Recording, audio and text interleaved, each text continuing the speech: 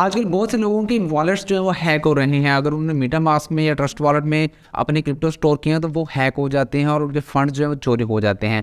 आज की वीडियो में मैं आपको कुछ रीज़न बताऊंगा कि जिनकी वजह से आपके ये फंड्स चोरी होते हैं और आप कैसे अपने क्रिप्टो को हैक होने से बचा सकते हो। तो अपनी नोटबुक और पेंसिल को पकड़ लो और ये पॉइंट्स लिखना शुरू कर दो। सबसे पहला पॉइंट है कि आपने कभी भी अपने मोबाइल, अपने लैपटॉप में कोई भी थर्ड पार्टी एप्लीकेशन या थर्ड पार्टी सॉफ्टवेयर इंस्टॉल नहीं करना जिसको आप अच्छी तरह से नहीं जानते, और कभी भी अपने कंप्यूटर पर क्रैक सॉफ्टवेयर यूज़ नहीं करना अगर आपने वहाँ अपने क्रिप्टो स्टोर करने हैं। और अगर आप मोबाइल पर अपना क्रिप्टो स्टोर करना चाहते हैं तो आपने कभी भी थर्ड पार्टी एप्लीकेशन इंस्टॉल नहीं करनी। आपने सिर्फ और सिर्फ वही एप्लीकेशन यूज़ करनी है जो गूगल प्ले स्टोर या एप्पल प्ले स्टोर आपको देता है, उससे से वो आपने इंस्टॉल करना है। सेकंड पॉइंट आ जाता है नेवर क्लिक अननोन लिंक्स। आपने कभी भी अननोन लिंक्स के ऊपर क्लिक नहीं करना जिसको आप नहीं जानते और आपने उस लिंक को पहचानते भी नहीं, और व्हाट्सएप पर अगर आप उसको क्लिक कर देते हो तो हो सकता है कि उससे आपका मोबाइल या आपका कंप्यूटर जो है वो कंप्रोमाइज़ हो जाए। नंबर थर्ड पर है कि आपने कभी भी अननोन डोमेन्स वाली लिंक को या वेबसाइट को यूज़ नहीं करना कि जिसको आप नहीं जानते।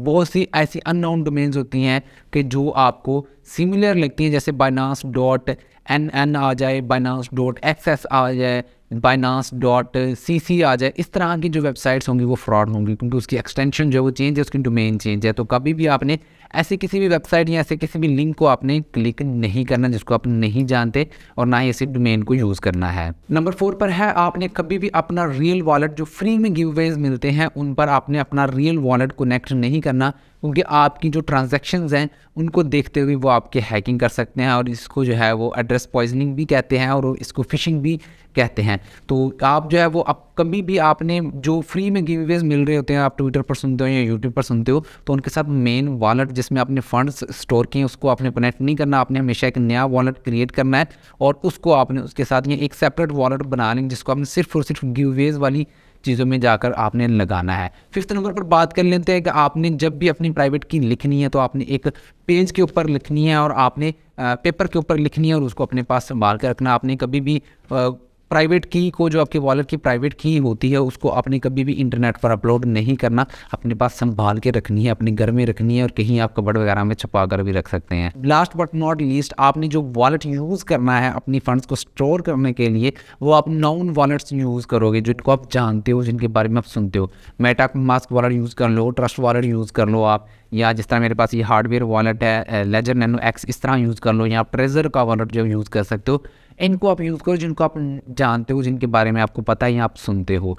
कभी भी उस वॉलेट में आपने ट्रांसफ़र नहीं करनी अपनी क्रिप्टो जिनको आप नहीं जानते, जिसको आपका नहीं पता। और अगर आपने वॉलेट में ट्रांजैक्शंस की हैं, वॉलेट में आपके फंड्स पड़े हुए हैं, तो आपने कभी भी किसी ऐसी वेबसाइट के साथ अपना वॉलेट कनेक्ट नहीं करना और ना ही उसको एक्सेस देनी है अपनी वॉलेट की जिसका आपको पता नहीं है। हमें पता है पैनकेकस्वैप का, हमें पता है DYDX एक्सचेंज का, हमें पता है यूनिस्वैप का, वन एक्सचेंज का, हमें डिसेंट्रलाइज्ड एक्सचेंज का भी पता होना चाहिए जिनको हमने यूज़ करना है।